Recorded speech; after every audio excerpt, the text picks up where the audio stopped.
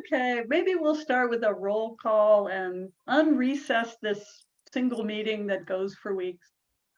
If Sue could help us with the roll call, that'd be great. Sure. This is roll call for the Newberg Budget Committee meeting for May 4th, 2021. Solomon Allen. Present. Greg Minahan. Timothy Carpenter will be late. Beth Koshman. Here.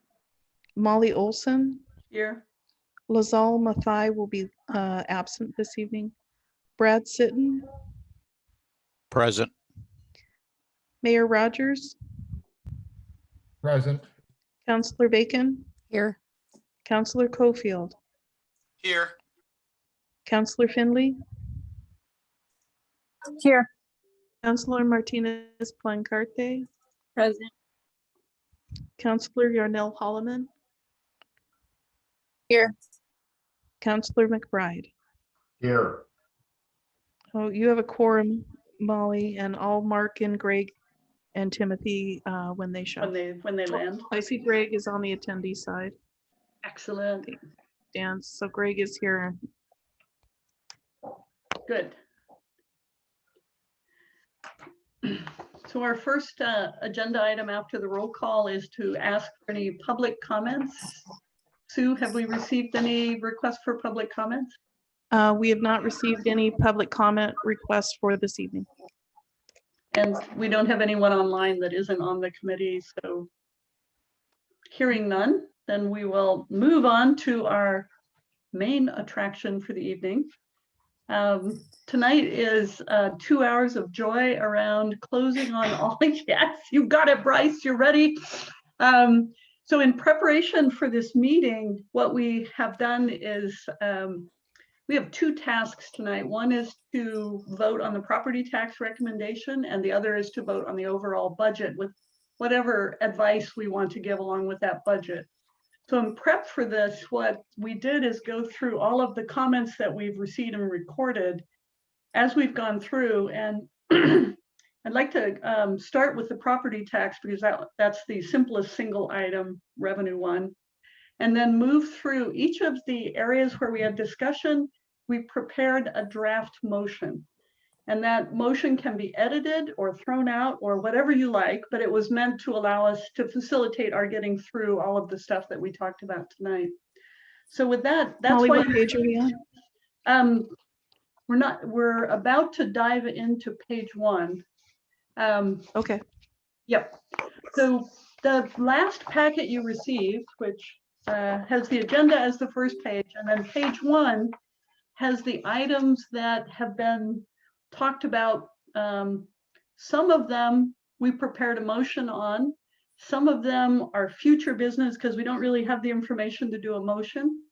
And some of them are, hey, heads up, you need to know this, but we don't have data yet, so it's going to affect a supplemental budget down the road, just letting you know. So with that, I want to dive into page 1 of your packet and ask Dan to address the first bullet, which is salary increases. Is that Okay. Or Kezia, whichever of you is ready to chat about that. Sorry. We can, I'm sure we can tag team if needed. You know, I think at a high level, the item on salary increases, there are not salary increases baked into the budget, with the exception right now of the police association, because the police association had through their last wage opener had agreed to a salary increase for this last year, or this coming budget year. And so we're in the process of negotiating a new contract with the AFSCME union, which represents public works and IT staff. So as part of that negotiations, we essentially left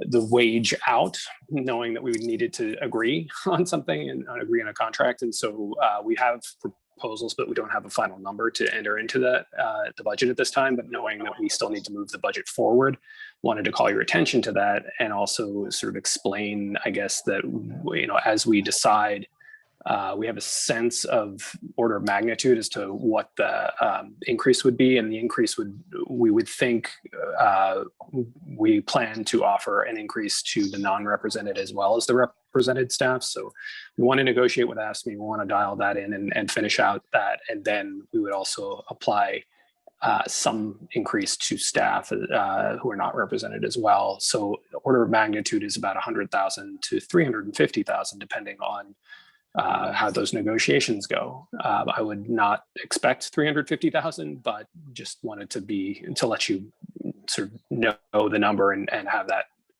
called out in all transparency. And the thing for the non-represented staff received no increase last year. Is that correct? Because I remember we talked about them foregoing that during the COVID crisis. Right. Yeah. And actually, the police association also did not. They accepted a zero cost of living increase last year as well.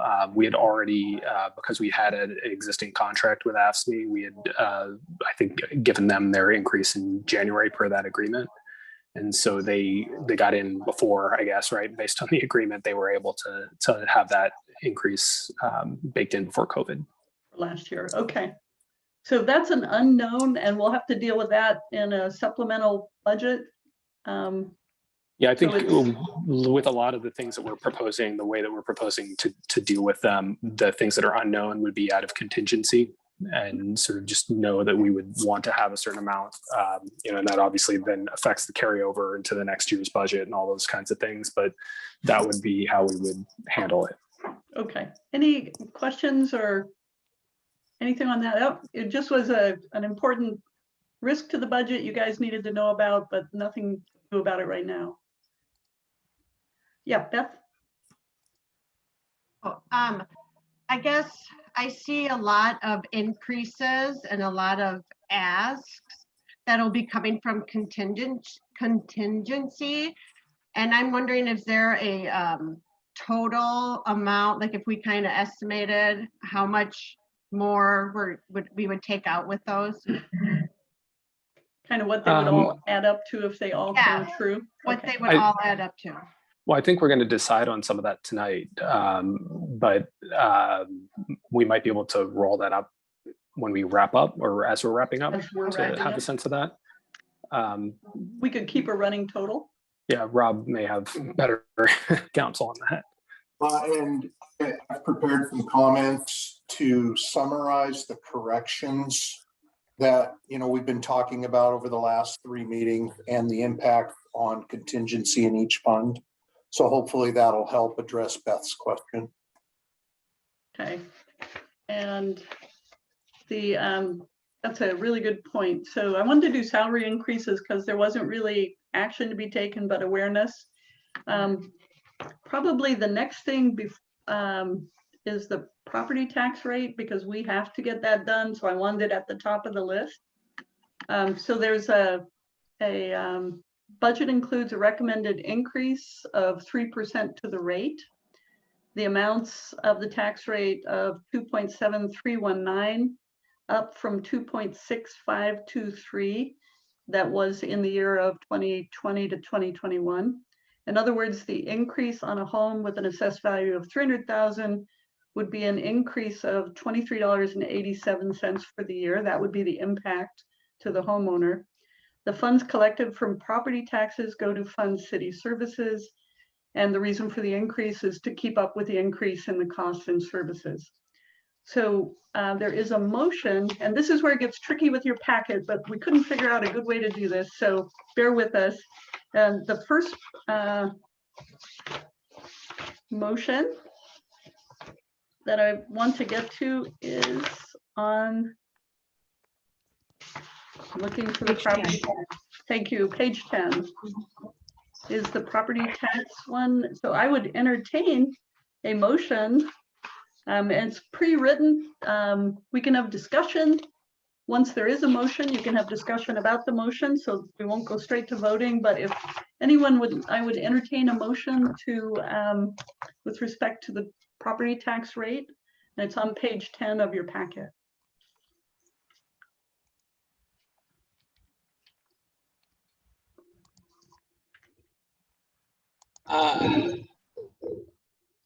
I move to recommend the city council an increase in the property tax rate of the allowed 3% rate of 2.7319 per 1,000 of assessed value. Do I have a second? I second. Thank you, Beth. If you Discussion. could, Molly, just a minute, it will help the recorder and the public when they listen. If you identify yourself when you make your motion, please. Thank you. Okay, so Solomon to get, we'll Start get better again. at this. It's Start our last, again. no, that's all right. Solomon made the motion and Beth Koshman seconded it. Thank you, Sue. You know, we always get good at this by the last meeting. It's how it works, but okay, discussion. And I have the thing, Bryce, hand is up. Yeah, just for clarification, given the unique nature of folks on city council also being on this committee, would it make more sense to be more appropriate for folks who aren't city councilors to be making these motions? It doesn't, Does that make sense? I think you're all budget committee, so I don't know that it matters. Rob, Let Rob go. Dan, one of you? Under local budget law, you all have equal status as budget committee members currently. It supersedes your role as city councilors for purposes of this exercise. Okay, cool. Just want to make sure people aren't like, of course he's going to motion because then he's just going to agree to it sort of thing, but that makes sense. Great. I'm with you, Bryce. I always find it fascinating that we're about to turn this over to city council, who is already here, but it's great. So open discussion on the motion. Beth. I have a question. I just don't know enough about like taxes and all that, but how do renters contribute an extra to like city services? Is it just in the water rates and that? So property tax is one of the costs that the landlord hands off the renters, but they don't pay it directly. However, there are fees in your utility bill that are separate from the property tax, like the public safety fee. Right. If someone gets a water bill, which most apartment renters do not, you don't get a separate water bill as an apartment renter most of the time. If you rent a house, you do, right? But for an apartment, then again, the landlord gets the bill and then incorporates that into the cost of the rent. So even apartment buildings? Yeah, I mean, whoever's getting the water Property bill tax. pays it, but then that becomes their total cost, and then they set rents. At this point, given how renting is going, they set what they can get, and it probably more than covers the water bill. But does that make sense? Okay, Mike, your hand was up. Yeah, so I was just wondering on this, if the salary increases that we are currently having negotiations with, that they're going to come out of contingency, then the property tax rate, this is just a filler to cover extra expenses in the general fund. Is that specifically what it's going for, or is it going to help? I guess I kind of thought maybe it would help the salary increases. So it's taking it out of contingency. It sounds like it might not work that way. Go ahead, Rob. Yeah, Mike, it's a great question. I just don't believe that there's a one-to-one correlation. I think it's difficult to draw that direct correlation between the increase in the property tax rates and increases in personal services specifically. Basically, the costs of government services overall increase each year by cost of living and inflationary whatever, as well as any service level increases that may or may not be realized. And so the property tax is one piece of that overall funding. Now, granted, it is the largest single source of funding to the general fund for the city, but I don't know that you can draw. It's not like, I always use the analogy that, you know, people pay their property taxes, but they don't necessarily understand the relationship to city services. You know, when the police officer or the firefighter comes to your home to render service, they don't leave you with an invoice, right? But when you go pay your property taxes, you don't get to take your own personal fireman home either. So it's much more indirect than that. And it's just difficult to draw that straight line from an increase in the property tax rate to an increase in salary costs. Does that make any sense?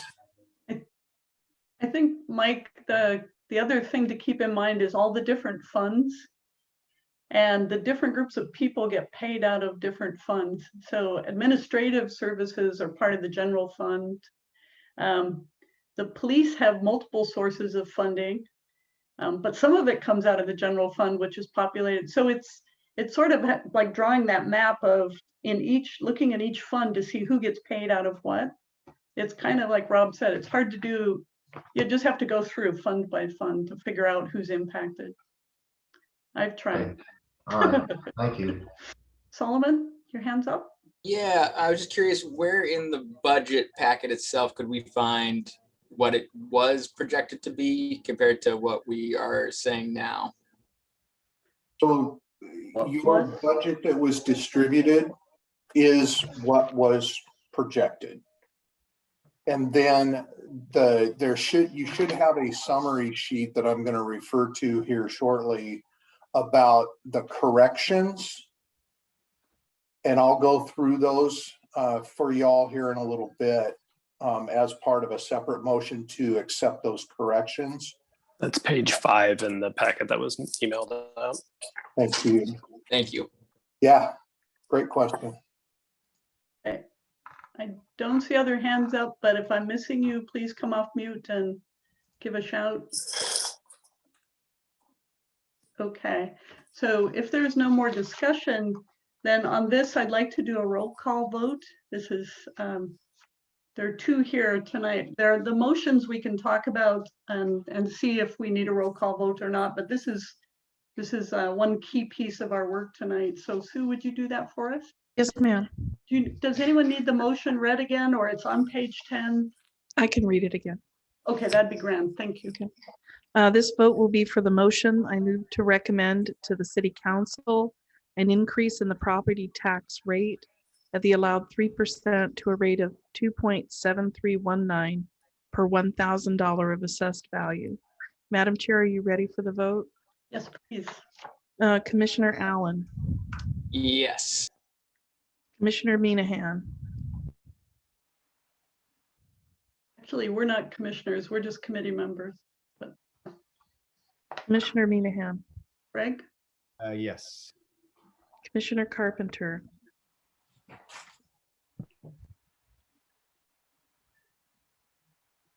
Still absent, I think. still absent.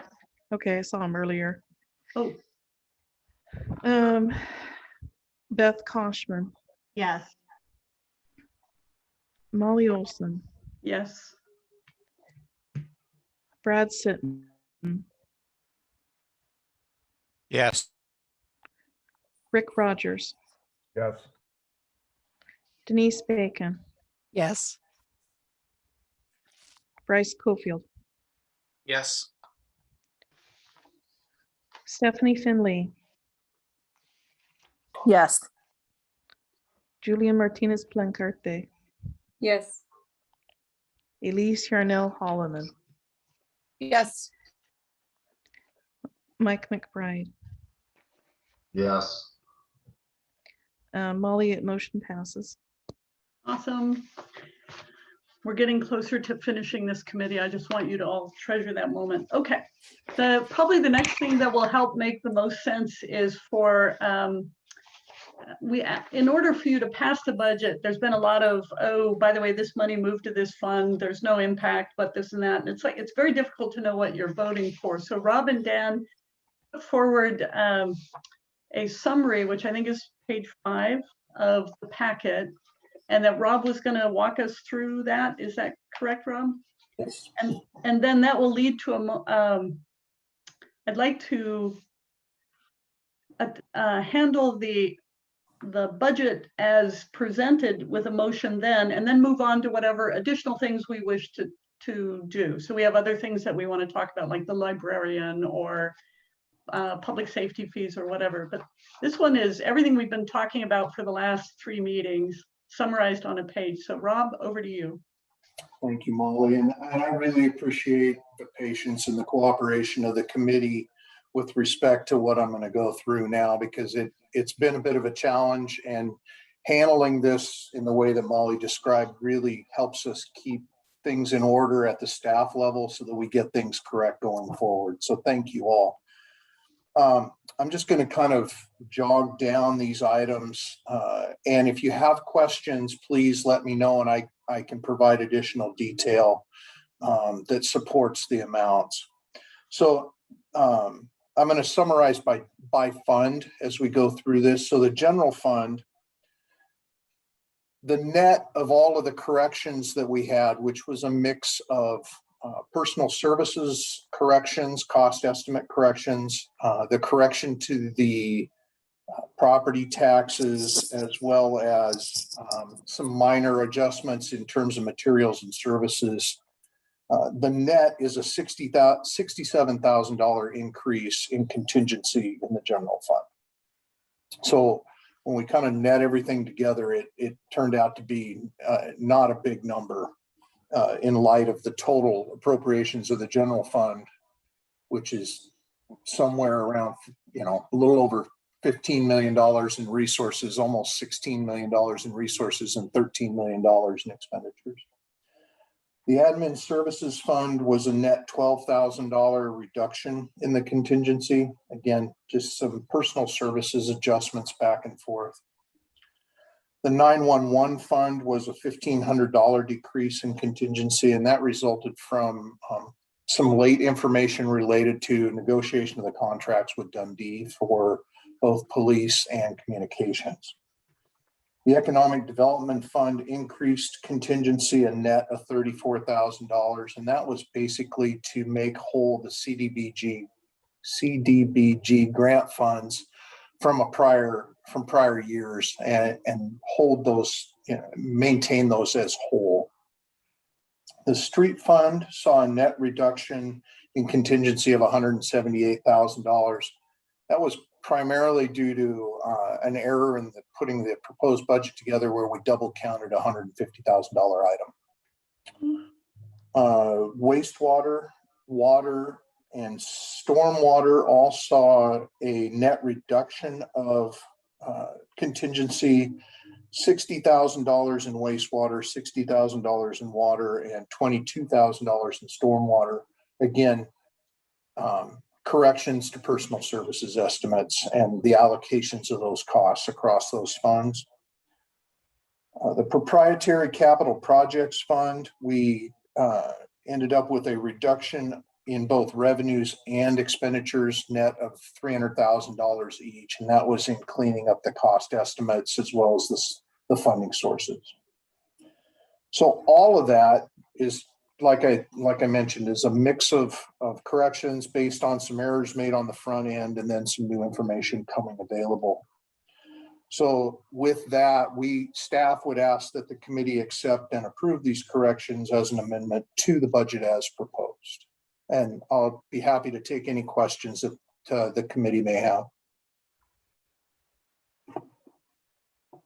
Mayor? Yeah. Oh, sorry, Molly, that's your job. No, it's good. I'm going up and down looking for the little hand, and go Rick. Yep, thanks. Rob, does the 85,000 for the body worn cameras, is that in the general fund here? Yeah, that was one of the, I'm sorry, yes, that was one of the corrections. We took that out of capital outlay in the police department in the general fund. Okay, thank you. You're welcome. Thank you. Solomon? Yeah, I was just curious, at the end of all of this, is there an amount in contingency that we're trying to shoot for after whatever other motions we will file? That's a great question, Solomon. The city does not have a formal policy in terms of like target fund balance. Best practices as established by the Government Finance Officers Association of the United States and Canada, GFOA is what we call them. Targets for operating funds, which would be the general fund, the street fund, the utility funds. anywhere from 15 to 22% of budgeted expenditures. And we're within those ranges with the remaining fund balance that we have after these adjustments. Brad? Oh, looks like you had a follow-up, Molly. Oh, sorry, If I Solomon. may. Yeah. So I guess, sorry, I'm trying to see what that number is on here and like how that would be affected by the possible wage increases. Like what is the number that we want to stay above, ideally in that 15 or 16% or whatever you said? You know, I wish I'd prepared that. I don't have that by fund, but when we went through and did our analysis, we were careful to try and make sure that we had sufficient contingency in each fund to cover whatever expected results of negotiations were. We don't want to talk, I guess I don't want to talk in too much specificity about that, you know, while negotiations are ongoing. You don't want them. Thank you. You're welcome. Okay, Brad? So Yes, I've got hasn't given me stink eye yet, so I hope I didn't overstep on that. a question about the $80,000 or $85,000 for body-worn cameras. Yes, sir. Being in the middle of a body-worn camera implementation myself, $85,000 isn't too much for an initial purchase and storage, but there's an ongoing storage cost per year, at least for us. How is that going to be all wrapped in going forward? Because that's a pretty significant amount, or it could be anyway. Well, this budget only anticipates that initial purchase. I guess I would defer to Dan for discussion about future thoughts.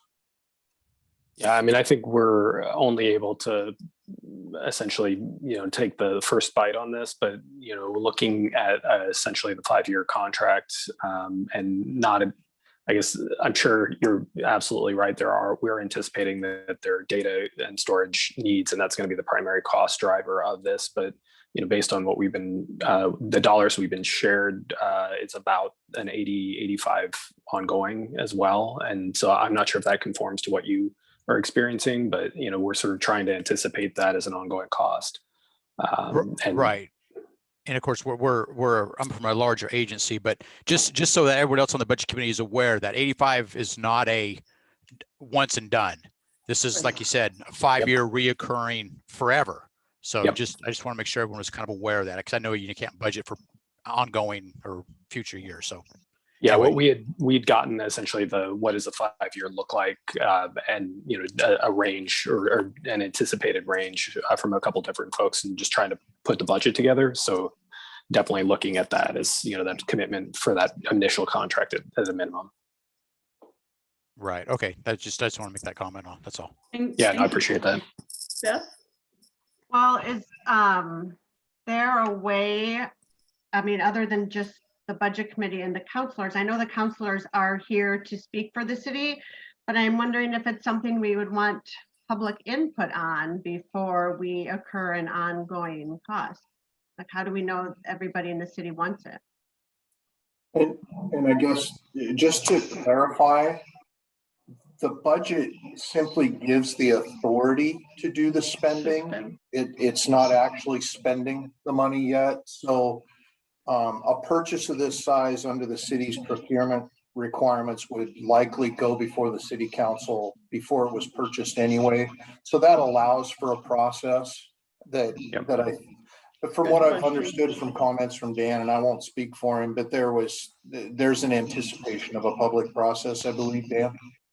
Yeah, I mean, there's definitely an anticipation to do a rollout and communicate. You know, I guess in essence, we're sort of planning on a back end process of, yes, we're going to move forward with this, and here's how it might look. But certainly, you know, to your point, we can do something ahead of time of, you know, does the community support the acquisition, and here's what it might mean, and those kinds of things ahead of purchase. You know, again, you would be approving, you know, the idea of the purchase, I guess, right? You know, putting the money into the budget.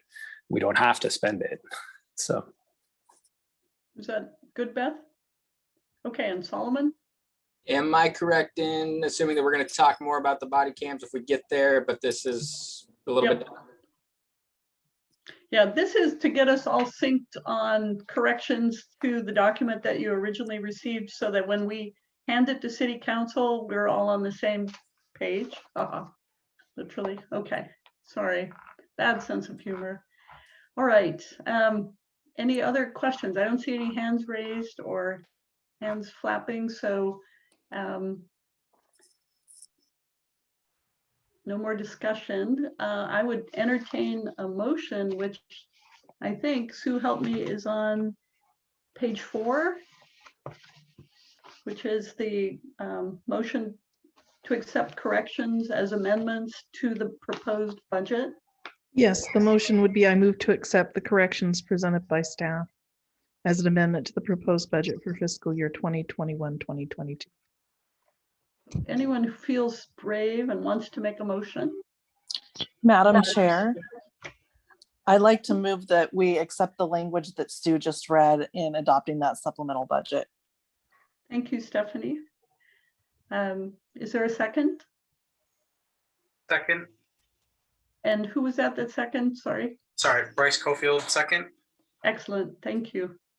I think we can do a voice vote on this one. So all in favor, say aye. Aye. Aye. Aye. Aye. All those opposed, you can say aye or nay or hold the horse or something. Hold the horses. No, it's an old saying, Bryce. Okay, it passes unanimously. Sue? Again, thank you all to the committee on behalf of staff for that. Okay, so that one was messy, but good. Budgets are messy. All right, so if we then move on in the packet, the maybe since we just spent some time talking about the body worn cameras, there was a lot of discussion which we captured in your page 1 in a summary form about the movement forward to position the city council to have the money to do body worn cameras. And so there is on, right,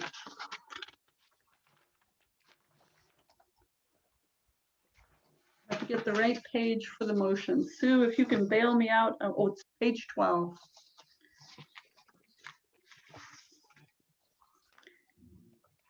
There is a motion to fund purchase of body worn cameras on page 12. Yeah, the proposed motion is I move to recommend that the fiscal year 2021, 2022 proposed budget be amended to increase capital outlay in the police department patrol division by $85,000 to fund the purchase of body worn cameras and fund the purchase through a reduction of general fund contingency pending application for available grants. So this was our discussion about we commit that you will have the money to do it. We'll take it out of contingency, but let's see if we can get a grant first. So that's kind of the motion is meant to summarize that discussion. Anyone care to make a motion? You can all take turns. You get a hand up Solomon? or several. May we discuss first, or do we need a motion? You have to have a first? motion in order to discuss it. Yes. So if someone wants to make a motion, we get a second and then we have discussion. Don't be shy.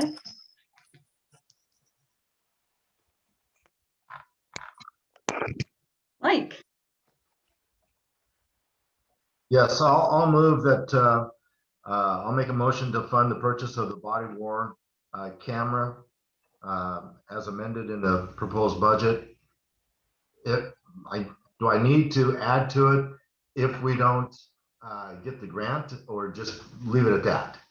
if you want to read it, it's on page 12 and Okay, then so I'll go ahead and read it. I move to recommend that the 2021-22 proposed budget be amended to increase capital outlay in the police department patrol division by $85,000 to fund the purchase of body worn cameras and fund the purchase through a reduction of general fund contingency pending application for available grant. thank you, Mike. Is there a second? Second, this is Jules. Thank you, Jules. And now discussion. And lots of hands up all at once, but I think Solomon asked first, so he gets to go first. I guess I would just say this time it seems that $85,000 could be spent in, I don't know if a more productive way is the right word, but towards other community needs. And I'm not sure how often a situation comes up in Newberg that those body cameras would be of use, and that might definitely change how I see it. But it just seems like right now, I'd prefer personally to go with going towards the grant. And if that doesn't work out, come back next year. Okay. Rick, you have your, Yeah,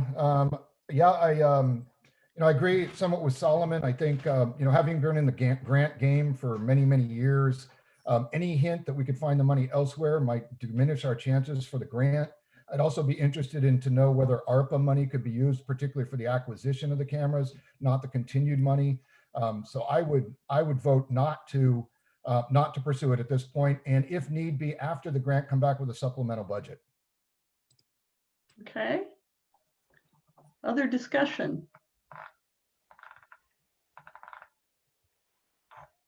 Yeah.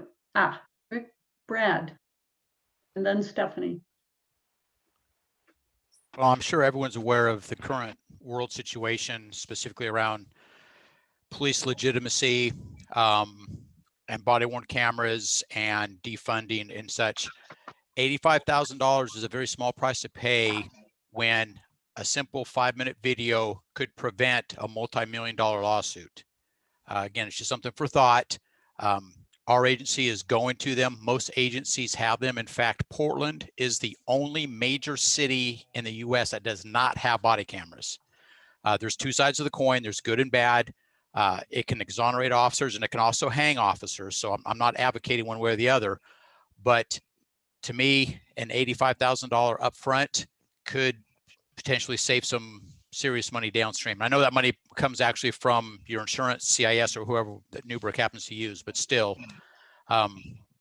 we've all seen body camera footage online, and you've seen the good and bad, but there's a lot of reports too that officers act differently when they always know they're being recorded. So my 2 cents. Thank you, Brad. Stephanie? Yeah, I just wanted to reiterate and clarify that even if this motion is voted down, we can be clear to city council and city staff that this is a high priority and that we expect that this will be pursued, even if it isn't in this particular budget, so that if the grant money doesn't come through, that we're not taking this off the table as something that comes out of our funds, but that we'd like to pursue that first. So I just wanted to clarify that. That's my understanding, is that we would make sure that staff and council knows that that's our #1 priority to get it done and get it done as soon as possible. So my only confusion there, Stephanie, is that's what this motion is meant to do. So if we should reword it in some way, but we do want to formally tell city council from the budget committee if that is our intention. So if we need to reword it in order to do that, then that's great. We just took a stab at it. So think on that for a second. And then Bryce, you have your hand up? Yes, yeah, and maybe this is also, asking for clarification on the specific motion. As it's written, right, it's an increase to the capital outlay in the police department. So I believe Rick when he says if there's any hint that money can come elsewhere, that might hurt the grant process. But if the grant does come through, does that money still sit in the capital outlay for the police department to be used for other purposes, or does it not? Is it only specified specifically for that in the event that the grant doesn't come through? So the money is contingency fund, which is there to be used as needed. So if you're not using it for this need, it just stays in the contingency fund of the fund you're looking at. So we wouldn't be designating contingency fund for it unless there was no other, if that makes sense. Yes, thank you. Okay. Well, just to be clear, the contingency would have to be taken out and appropriated. And so there would be a Right. further action later on. But again, it's meant to be, and whether we did it elegantly or not, it's meant to be I think the idea that we apply for the grant and show no allocation. And then that would be the recommendation of the committee as a subsequent action if the grant was not successful.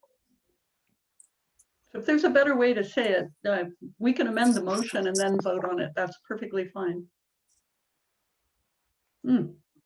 Rick? Brad, thank you very much for your comments. I greatly value that. I think if we were to add something about about ARPA money in that along with the grant, I could live with it. So add pending application for available grants or ARPA funding. Yep, something like that. I could live with that. So I guess that's a proposed amendment to Mike's. Yeah, which is, no, that's fine. I mean, we discussed that. The goal was to get it to where you guys, it meant what we talked about in that discussion, and it seemed a pretty firm discussion that this was, with the exception of Solomon saying, hey, we got a lot of places for contingency to go. Is this the best place? I know chairman always weighs in at the end, right? Because it's abuse of power or whatever. I agree with Brad that it's become a norm, and it would be different if we weren't living right along 99, but our police department deals with things above and beyond Newberg. We have a nice community, a good community, but we also deal with everybody coming down 99. And I almost think of it as a protection for our police department from my own point of view. So I just wanted to throw that in there. I think it's important. That's me just being a budget committee member. Now, putting my chair hat back on. Do we want to add? You've got Solomon with a hand raised. Sorry. Solomon. I don't know if do you have more to add in there? Nope. Solomon. Thank you, Dan. So yeah, I mean, I am also, Brad, I understand what you're saying and I appreciate that comment. It seems like there are always limited opportunities to increase opportunities for people within our community to have resources. Like I would personally like that $85,000 to go to that library position, knowing we'll get to that next. I know, I'm just saying that in this conversation and how that's going, it just seems like we don't always get money to do those things, and with an opportunity to, and not saying that these body cameras aren't important. I don't know if there's a way we could make the motion that if the grant doesn't go through, to reconvene a budget committee meeting I don't know if that's a thing that we would do, but. Well, keep in mind, we've got you on a quarterly schedule now. So we're planning on reconvening it regardless. Awesome. So I think, yes, Beth. Well, I'm kind of just in support of Solomon. I mean, as I look and, a lot of the budget and the budget message we were talking about, the things we were doing were because of council goals and, customer service and diversity and affordable housing. There's just other things that that seem to fit the priority goals align more closely.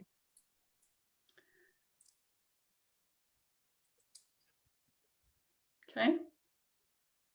So any further discussion? I don't think people are trying to convince each other necessarily, just putting stuff out there. We can amend it, or we can vote on it as it is. It's feeling a little complex to me because I've heard discussions. One is, do we need body cams or not right now? And the other is, and if we can get them for a grant, great. And then the other discussion is, if you can't get a grant, can we come back and talk about it? So we want them, but we may not want to pay for them. I just want to be clear. To kind of call that yay or nay. Do we want to try to acquire them and then think about the means? Because, we have the opportunity, ARPA is guaranteed, grant is a risk, but, it seems like there's an annual process. And so we could try for this year. We could decide at the next meeting, if we haven't heard, successfully didn't get the grant, then we can consider either ARPA or Do we wait a year and then go from there? I mean, there are options, but it probably helps to first know, are we interested in acquiring them? Okay, so if we amended the motion that says, I move to recommend that the proposed budget be amended to provide for a capital outlay in the police department patrol division of $85,000 for purchase, providing the money can be gotten from grant or ARPA funding. So it's, now you're just saying, do we want it, but separating it from it being in the budget or not? Or we can do just a simple, is it time for body cams or not? Yeah, I don't know if you want to be so prescriptive about the use, I guess, or the source. I think it's probably easier for us if we have a little more flexibility on it, but knowing maybe the priority from the committee as to how we source. But you've got two hands up and Rob just put his hand up, so I'll be quiet. Okay, Bryce, and then Mike, and then Rob. It looked like Rob was, correct me if I'm wrong, going to respond directly to that question. So you can go, Rob, if you feel like it would potentially help clarify things. I don't know if it's going to help or not, but thanks, Bryce. I basically, if we're going to add the $85,000 expenditure to the general fund, in order to maintain a balanced budget, we have to identify a source. So we either need to put a revenue line item in there for a grant, or we need to reduce contingency. It's just the mechanics of a balanced budget. That's all. Thank you, Rob.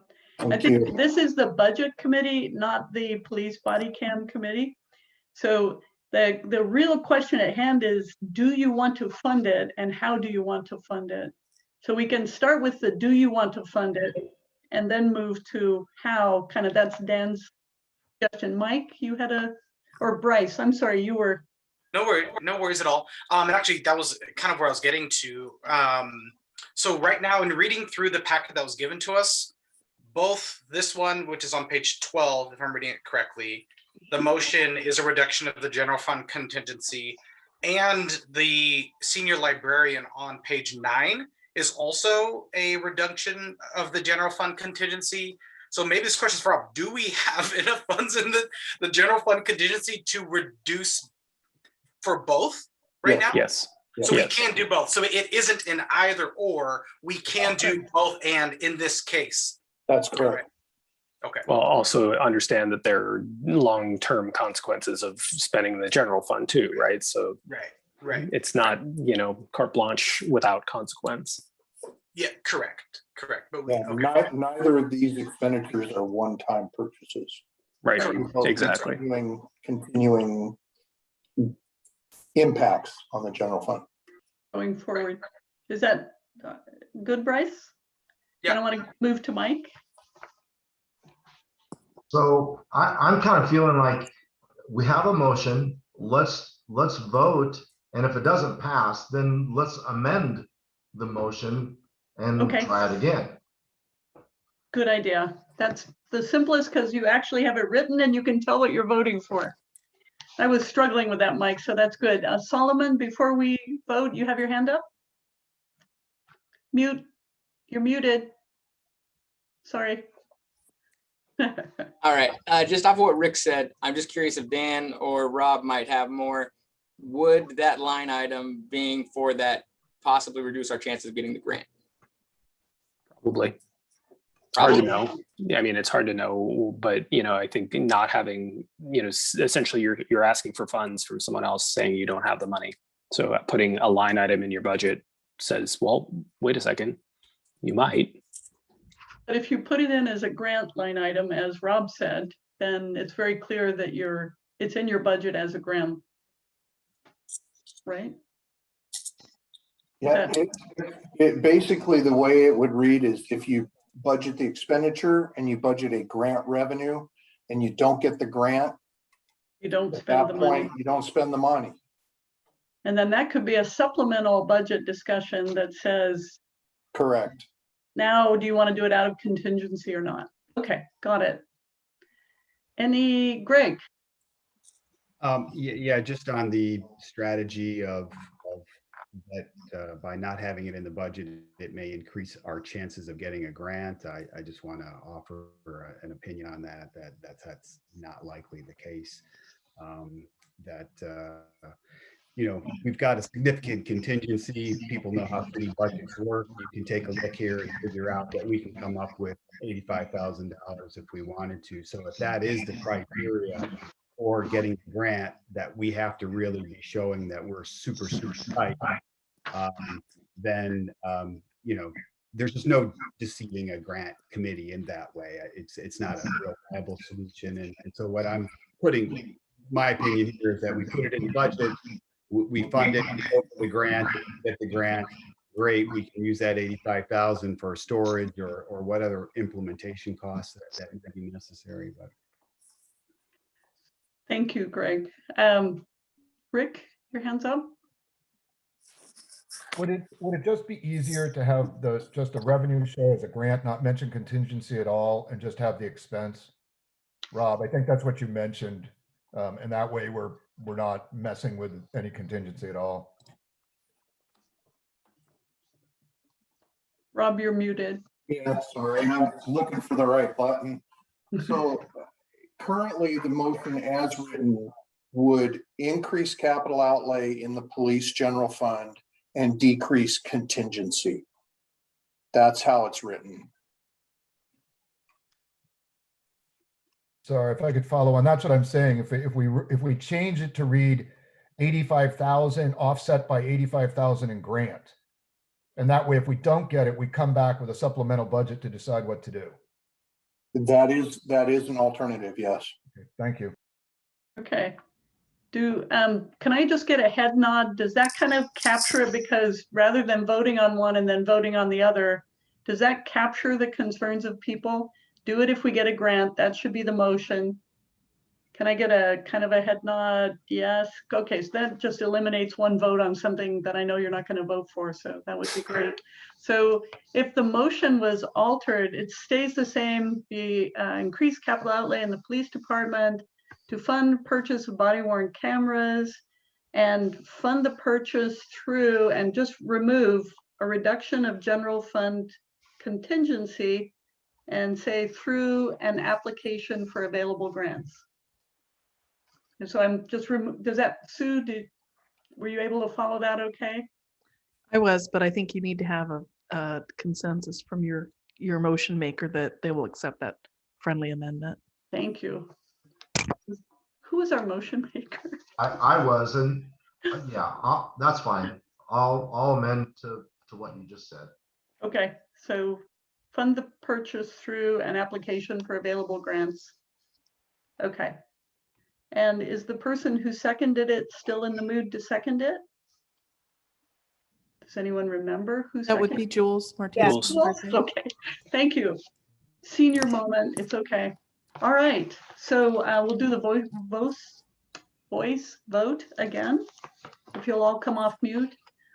And I will read it. Move to recommend that the 21-22 proposed budget be amended to increase capital outlay in the police department patrol division by 85,000 to fund the purchase of body-worn cameras and fund the purchase through an application for available grants.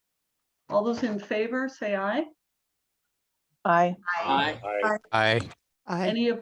Any opposed? Okay, unanimous, this passes. Thank you. Thanks for that good discussion on that. All right. The next one, which I anticipate will have at least as much conversation as this one, is the transient lodging tax conversation. So this, the kind of summary of discussion is on page 1 and page 2, and then there is a motion. Sue, do you remember which page?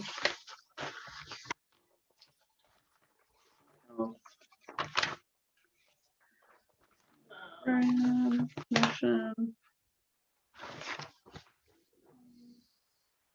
Eek. I'm not finding it, and that's not on me. Actually, did we get a motion on this one, Dan? I don't You think may we not did. have, because I think this is a little bit messy. And so Right. it was just a question as to what we wanted to do. Okay. I think So on let me summarize. Oh, on go ahead. page 1, Molly, toward the bottom, Yes. there's a paragraph titled Transient Lodging Tax Grant Use Motion. Yes. We didn't do a separate motion page.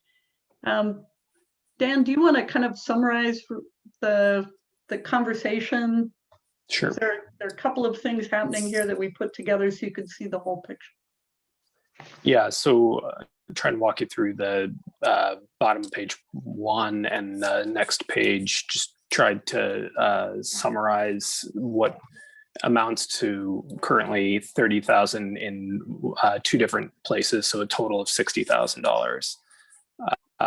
30,000 exists right now in the recommended budget, or the proposed budget, that is to contract with the Chehalem Valley Chamber of Commerce for the visitor center.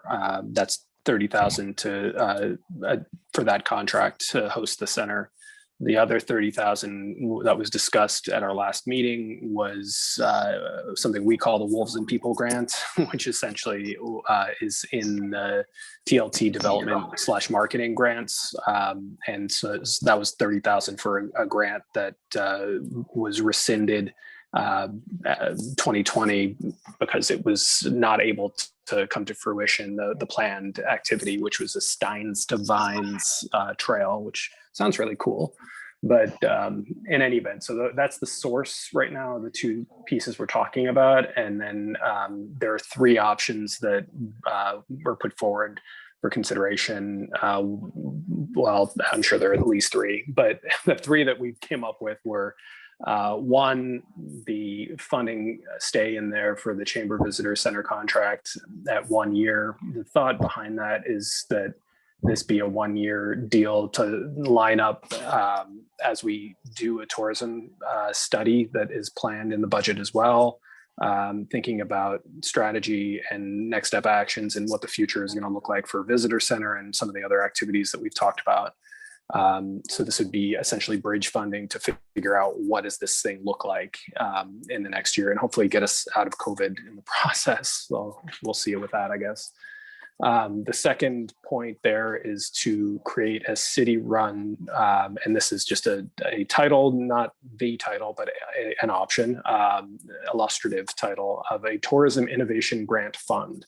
And so the idea being similar to the Wolves and People grant, that we stand up a grant program for these types of ideas that businesses have, to essentially provide grants to businesses for creative ideas that relate to tourism activities. The example might be, a restaurant that's going to do a cocktail making class and needs some seed money to essentially, whether it's advertising or whatever it is, that becomes an experience that folks can market, and therefore draws in tourists to town, and is part of our repertoire of experiences in Newberg.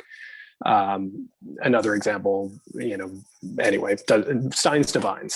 So the idea that we take both the pieces of funding that we're talking about, the $30,000 that exists in that Steins to Vines former grant, and the Chamber's Visitor Center contract. And then the last would be using the funding for Taste Newberg, which is the destination marketing organization, and essentially moving the 30,000 over there. It's a little wonky, I think, because it was not 100% clear to me where we were going towards the end of our last conversation in terms of, should we fund the chamber? Should we do other things? Do we want experiences? And so this is a bit of a Frankenstein, but an attempt to provide some options for the committee to consider. So we don't have a motion at this point, but we wanted to have discussion. We started to have some spirited discussion about what to do with the 30,000 and the other 30,000. And we realized, actually, if we step back, we have $60,000, 30 from previous TLT money, 30 in this year's budget, that could be used to draw people to Newberg. And what is the best use of that? It could be the visitor center. It could be funding local businesses to do experiences that could be advertised and draw people. It could be funding Taste Newberg to do more marketing programs. So keeping in mind that this is a recommendation from this committee to council on what we think that we should do, I'd like to open it for discussion. And Rick. All right, just a couple of comments. As I think most of you know, Parks and Rec is currently trying to get a significant amount of money for trails, particularly from 219 down to Rogers Landing and beyond, eventually to Dundee. At some point, that might be an item that, since we did fund a trail in the Steins to Vines, it might follow. That might be another option. The other thing I think, Dan, at one point you mentioned, I can't remember what context it was, but that it's sometimes hard for the city to tilt up a grant program. So I'm just wondering, if this is different. And anyway, but I just wanted to mention the trails particularly. Thanks. Yeah, I think the grant program, really the question is the longevity of it and the size of it, to make it worthwhile. Are we giving away essentially one grant, or are we giving away multiple? That, if we're doing more than one, it's probably worth the effort versus the effort for essentially a small amount of money and or one time. Mike. So I kind of struggle with, do we as a city want to get into tourism? I mean, we have Taste of Newberg on one hand, and we have the Chamber on the other hand. And I think that we ought to let them, either one or the other, be the one that really ought to work at the tourism. I really don't want to see us get into funding grants for tourism. Let the other two organizations work that out. But I do agree with what the mayor said, is I think we did agree, if I remember right, that if the Park and Rec does get the grant that they're going for, that we kind of went in with them on, we're going to need to have some funding. Now, this isn't going to be a whole lot, but at least it's something, so that's kind of my 2 cents worth. Thank you, Mike. Elise? So I was probably in a little bit different place last meeting than I have given some thought and where I'm at today. I really feel pretty strongly that TLT is a policy conversation that needs to happen in a strategy meeting with council. And so I would be in favor of the 1-year contract funding of the visitor center with the chamber. But with my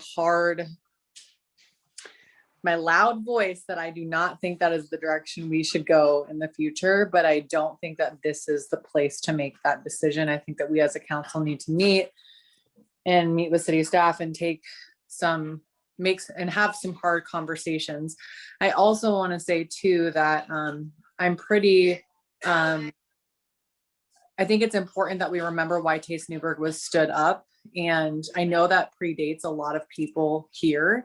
And so even if we do make the policy choice to change directions and have a grant program in the future, I think it's important that we hear the voices of the people that were a part of that process. That was really actually like a 3-year process, and just be respectful to that.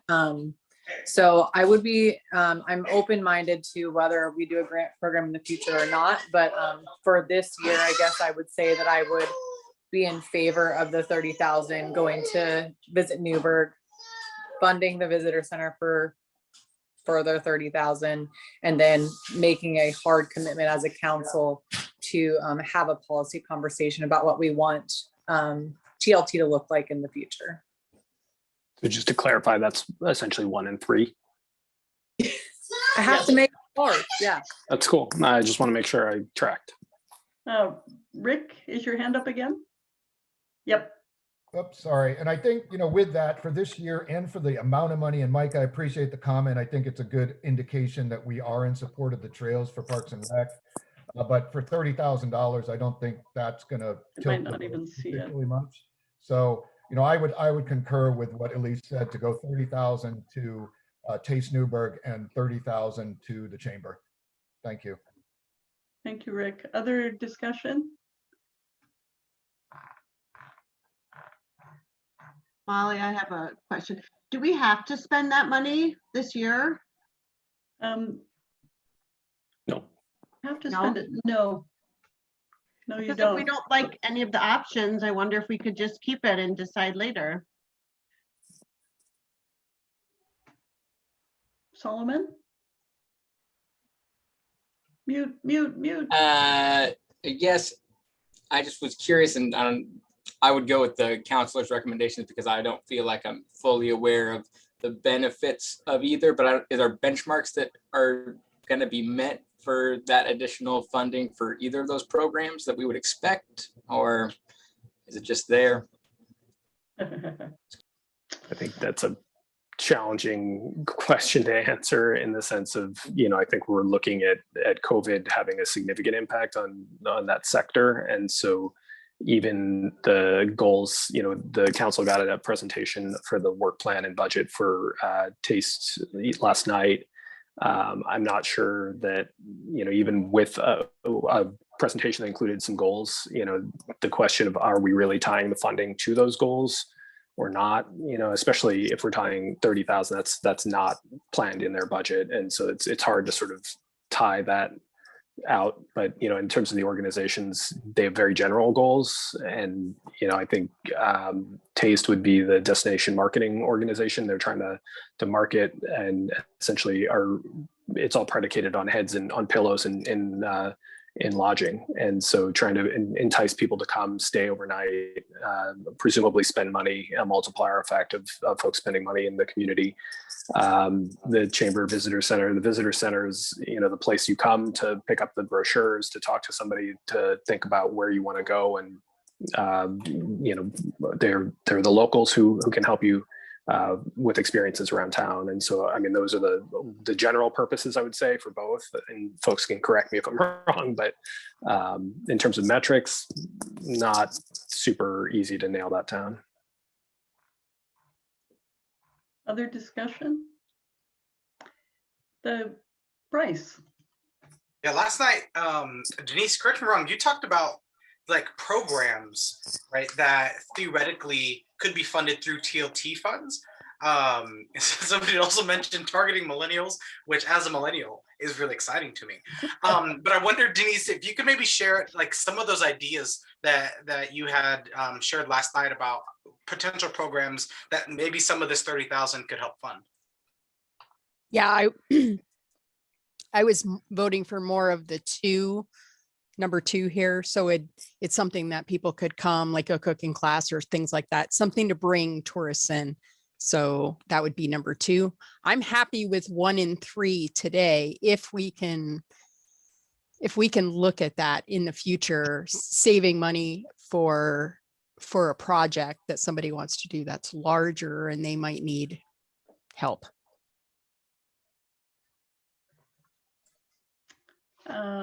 Bryce and Elise, hands both came up, so I don't know who was first. But well, mine's, yeah, just thank you, Denise, for that. That makes sense.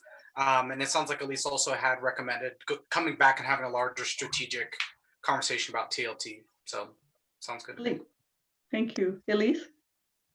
I just wanted to make clear that I agree with Denise. Ideally, I think that my heart would be also in having that type of program as well as a supplemental, additional thing that we offer in the city as we offer Taste Newberg as well. But I again, just feel like there are a couple things that have been brought up over this budget committee season, which have been super healthy pieces of discussion to lead us to really, I think as a council need to get together and really make some hard calls in a couple different areas. And this is one of them I really, really want to outline and not continue to hash out and not really have resolution every time we do it.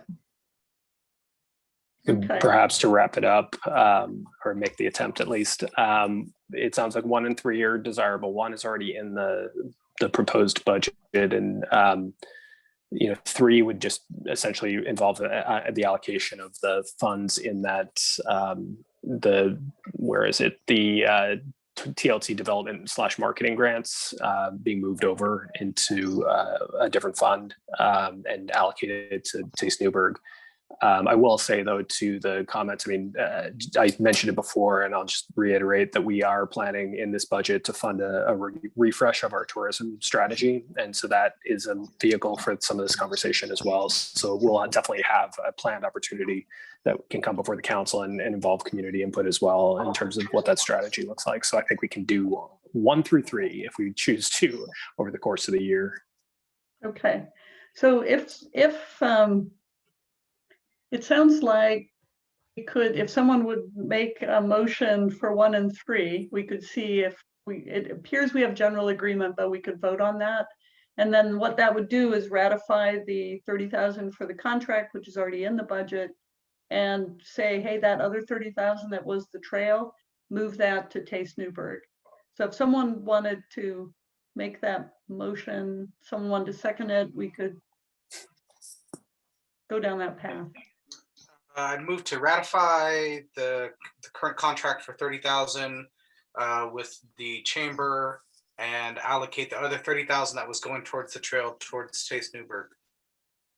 This Thank is you. Rick with a second. And that was Bryce with the motion. All in favor, say aye. Aye. Aye. Any opposed? Aye. Okay, so one opposed, all the rest, the motion passes. Okay. I thought that one would be very interesting, so good job getting through that. The next item on, we're on page 2, is the community support fund allocations. And there isn't really a budget decision. This is a city council decision. So there is money in the budget that can be allocated to support community requests. And there are two that have been received. So we can, we can make a recommendation if we want to, but this really ends up falling into what the council decides to do with that fund. So we've already approved there being the money in there. Does anyone want to make a motion with respect to saying yes to these or saying council go do it? We don't need to do a motion in that case. So discussion on this one. All right, it's a little bit muddly, but there isn't really a budget decision here. Solomon. I would just say I would be very in favor of that $2,500 to the Newberg Housing Shelter. Just knowing what it's been doing already has been some awesome stuff, and making sure that there are qualified people there and things are handled well would be, I think, great for the city as a whole. I had a question on that. Rather than giving them money to go do that, is there any conversation we could have with our public safety group, which does background checks, so that rather than giving them money to spend somewhere else to do that, is that something that we could partner, the city could partner with them on? So there might need to be some discussion about that to find out if that's an option.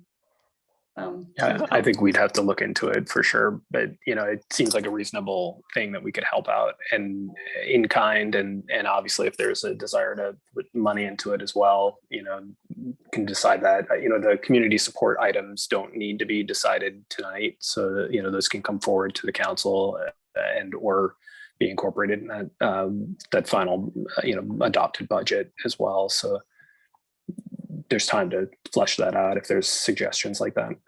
Right. Any more discussion that we want to kind of record in this area? We really don't have a budget decision to make unless you want to take the 10,000 out and not spend it. And that's a different motion. So not seeing any. So our preferences will be recorded and y'all were here to hear them. So let's move on to the very popular Add Senior Librarian. And Page 9. Yeah, thank you. Kiva, do you want to give us a summary on this one? Kezia, sorry. Kezia. I'll get it right someday. Is this in your area or is this Dan? Sorry, That's okay. Good evening. Really, I think we've talked quite a bit about this particular proposal, and Will had brought it forward and eloquently spoke about the desire to have this position so that we can have Spanish language outreach and support. So the proposal is to have a senior librarian that would be a grade 157 mid-range. The cost is approximately 85,000. And so that's really Just what sorry, just to clarify the cost, that's just salary. So it's salary. probably going to be more like 115, 125 is probably a safe benefits. swag. Exactly. So sorry, continue. Yes, fully loaded, probably safe to say about 115 to, a little bit higher than that. So it's really the decision for this group to determine if they are inclined to use contingency to fund that position. Okay, so if someone, again, this is how we do this. If someone wants to make the motion and get a second, we can have discussion. If there's no motion or second, then we don't need to talk about this. We move on. So would someone care to make a motion, which you can read on page 9 if you would care to? Yes, I'd love to make a motion. I move to amend the proposed budget for fiscal year 21-22 to add a senior librarian position to the Newberg Library at the cost of approximately 85,000 to be funded through reduction of the general fund. Second. Oh, wow, we got lots of seconds. And we may Okay, want so- to amend that, a friendly amendment, just to increase the swag of For the Sure, swag. 115K. Yep. 115. Yeah. I need the second. Yeah, I who think it got was in? everybody. Solomon Allen, second. If the Solomon chair- will second. Thank you very much. Yeah, Madam Chair, pick one. Yes, okay, I'd be delighted to. Oh, any discussion on this? There seems to be a lot of head nodding, so Rick. All right, I just want to clarify on the position. So we see this as a senior librarian and an outreach person for the Latinx population. Is that correct? I guess I'm not sure if it was an outreach person as much as it was providing the, essentially more services, more having a more bilingual capability there and programming. So I don't know that it was per se outreach as much as library programming. I think maybe library outreach it's really outreach into the Latinx community from the library's perspective for their programs, but not full city outreach, maybe is what the question was. Yeah, well, I just for what it's worth, and this may not be real popular, but I would love to see that position, particularly a Latina outreach position based in the library. I think, as Jules has said before, it's one of the safe spots in the community. To the point where I would see that we may not need the person in City Hall that's already in the budget. So that's just one thought, because I think the other thought is I'd really like to see a nice elevated position and not an entry-level position for this Latino outreach. So that's my 2 cents. Okay. Other hands raised? Bryce. Rick, to your recommendation, could we not do both? Right. In this case, can we address the concern of having a senior librarian and then have a separate conversation about what it would look like to potentially elevate the position that's currently in city council, what it might look like to move that over to the library? Two separate things. You're talking about you're talking about putting 2 positions in the library now? No, he's just saying separate the discussion about, do we want a senior librarian who is a Spanish speaking, who can do outreach to the community? Separate that from your communications person that's already in the budget, who is also outreach to Latina. I think there's some confusion between the two. And I think Bryce's request was, let's talk about the library and then we can about the other positions separately. But no, Rick, go ahead. No, because in my way of thinking, they are tied together. We still, one of the things that we haven't touched on here as we're going into contingency additional expenses is that we have a structural deficit. And so, prior to what was presented in this budget, we were not adding but the positions. This is a whole new position that, honestly, I'll be fully honest, not every other department had the chance to say, what dream do you have? And Will did get that chance. So my feeling is that I get concerned again about the structural deficit and what we're doing to that. So that's why I was willing to consider transferring one of the other positions. So, but please don't take that as I certainly understand the value. I just like to see it a more elevated position. So thank you. Hey, Jules. Yeah, to go a little bit along with some of the points that have been made, I think it's as someone who has done like civic engagement and outreach in the community with Unidos, it's really important that whatever the decision is made, that we don't put too much on one person, because it's really hard for a person to try to do both like city kind of related things and library. And as Unidos has mentioned it, and I'll say it again, they actually have split a lot of their positions because it's too much work and too much a demand for one person. So just keep that in mind as well. Thank you, Jules. Solomon? I was just thinking about it. What power do we have to, I guess, put constraints on hiring requirements for that position? Can we say that they have to be Spanish speaking? Can we? That's not the purview of the budget committee. No. Okay. That is what's being suggested, though, Solomon, is the reason for the senior librarian is to get the, so I think you're safe on that. That's already written in. Jules, is your hand still up, or is that, no, okay. And Solomon, Bryce? Yeah, Rick, thanks for bringing up the structural deficit. So this question is more so than for Rob and Dan. I was under the assumption that if right now the recommendation is that it's funded through the reduction of the general fund contingency, is this increasing the deficit, or is this something we can actually fund? Does that make sense? It's probably a dumb question, but I think it's an important question. I don't think it's a dumb question. No, it's not a dumb question. It does reduce contingency, and there is an annual impact to the general fund. So in effect, yes, it does increase the structural deficit to the general fund. Can I ask a follow-up? Oh, sorry, go ahead, Dan. No, I was just going to say that, what we put together in the materials, sort of the description of this, I mean, there's certainly an argument to be made, of course, Rob is absolutely correct. It takes, and you can write that down, you can, you have a recording, right? But, that it does increase the structural deficit. The question in any of these decisions is the trade-off, right? Is it worth increasing it? And then, is there an offset, or is there, another, a decision that we're making to essentially, balance, so I think, it's possible to do an increase if we're thinking about a decrease and have that net zero that, had not been contemplated at this point, because I think we also had talked about at the last meeting, the idea that we had a little bit of extra, and that we were anticipating to come in the sense of the property tax rate that materialized as not as much, I don't think, but in essence, you're still looking at a long-term, you're hiring somebody, so you're going to have them presumably for longer than a year. And, that is an increase annually as salaries increase and costs for personnel increase and benefits, et cetera. So. Okay, Greg?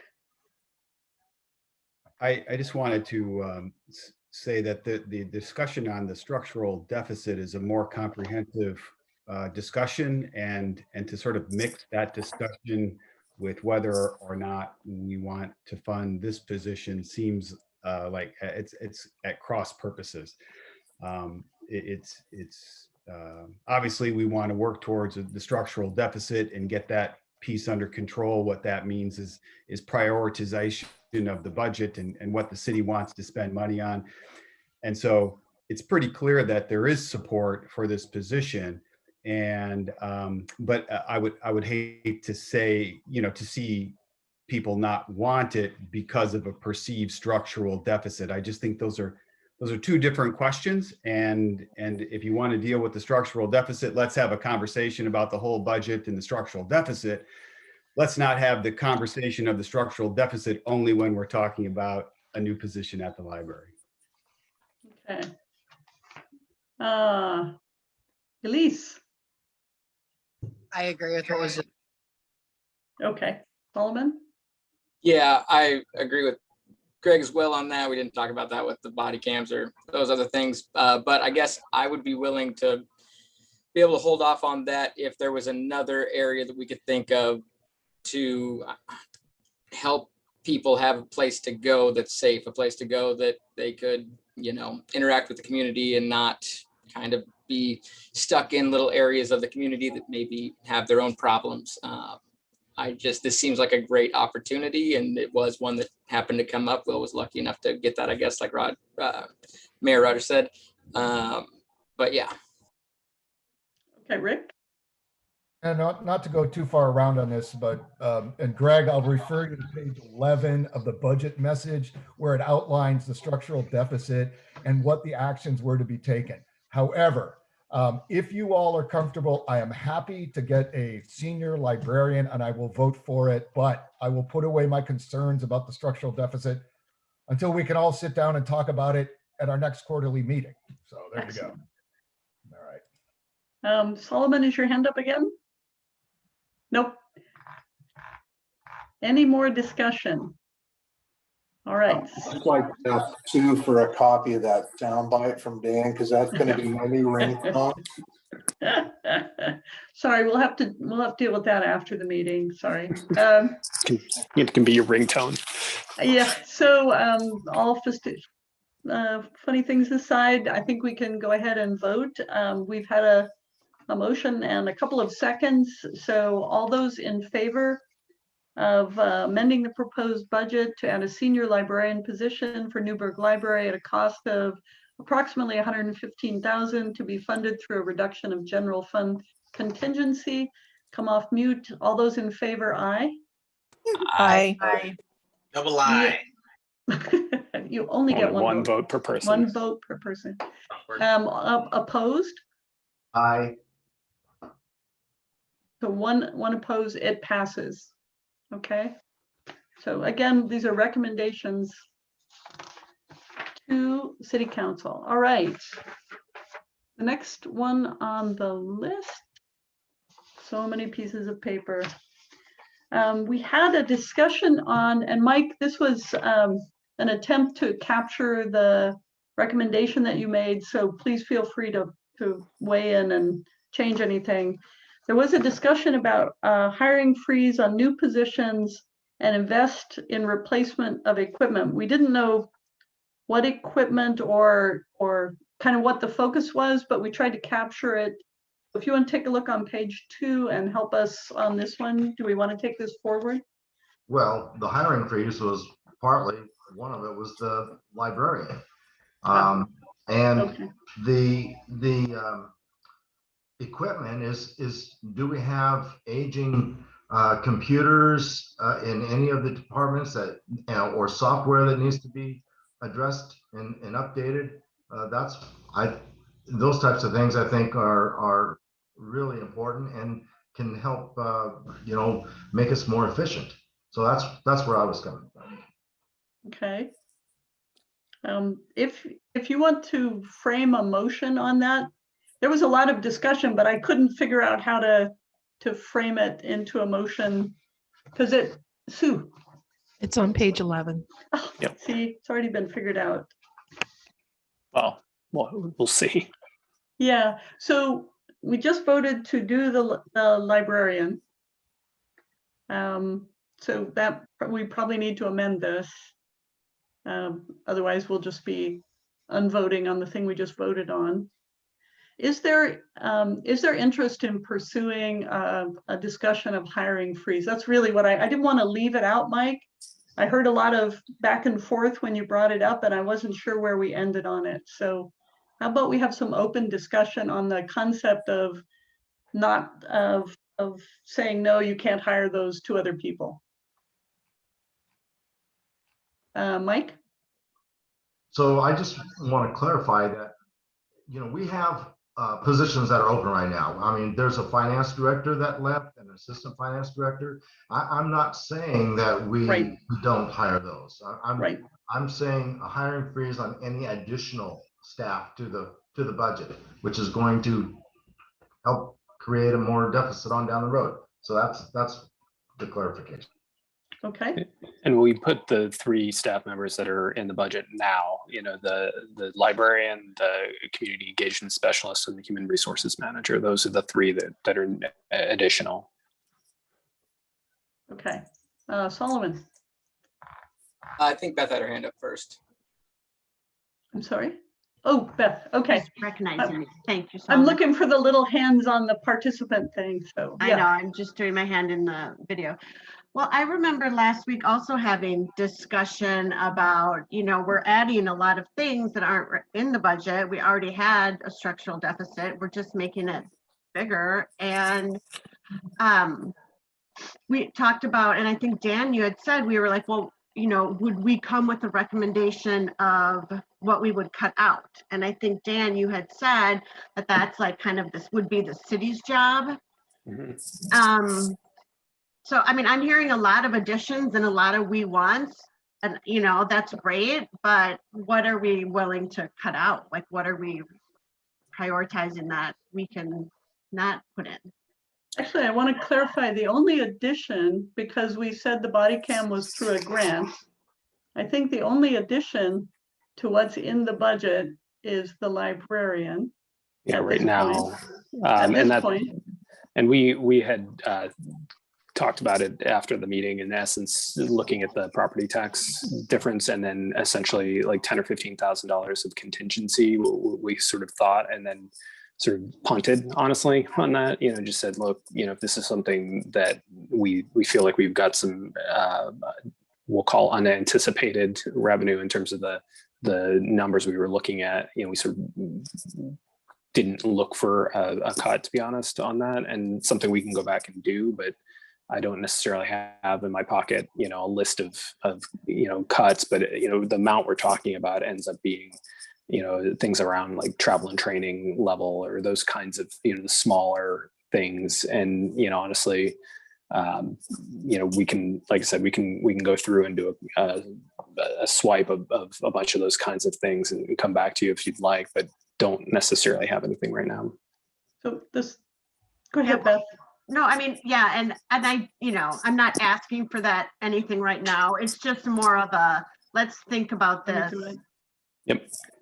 So the other thing that people have said several times is we're not addressing the structural deficit, but when the budget came out, the first thing Dan said was he had lowered the structural deficit by about a third. So this budget that you're voting on actually goes to something like a third. I don't think that's exact anymore, and you'd have to look at it, of reduction in spend so that our structural deficit is actually decreasing. So that that's pending some of the motions you still have on the table, right? Right. So we've got still the business license and the public Yep. safety fee to talk about. Right. But so I just want clarity on that, because there was work that went into starting to move the structural deficit down.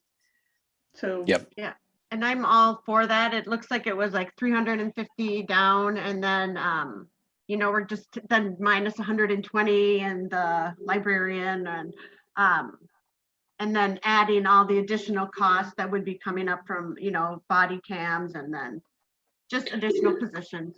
Yeah, the body cams, it will be in there if we end up funding it, that's something that would eat into what we've calculated, but that's also assuming we don't get the grant, right? So we would have to make that decision.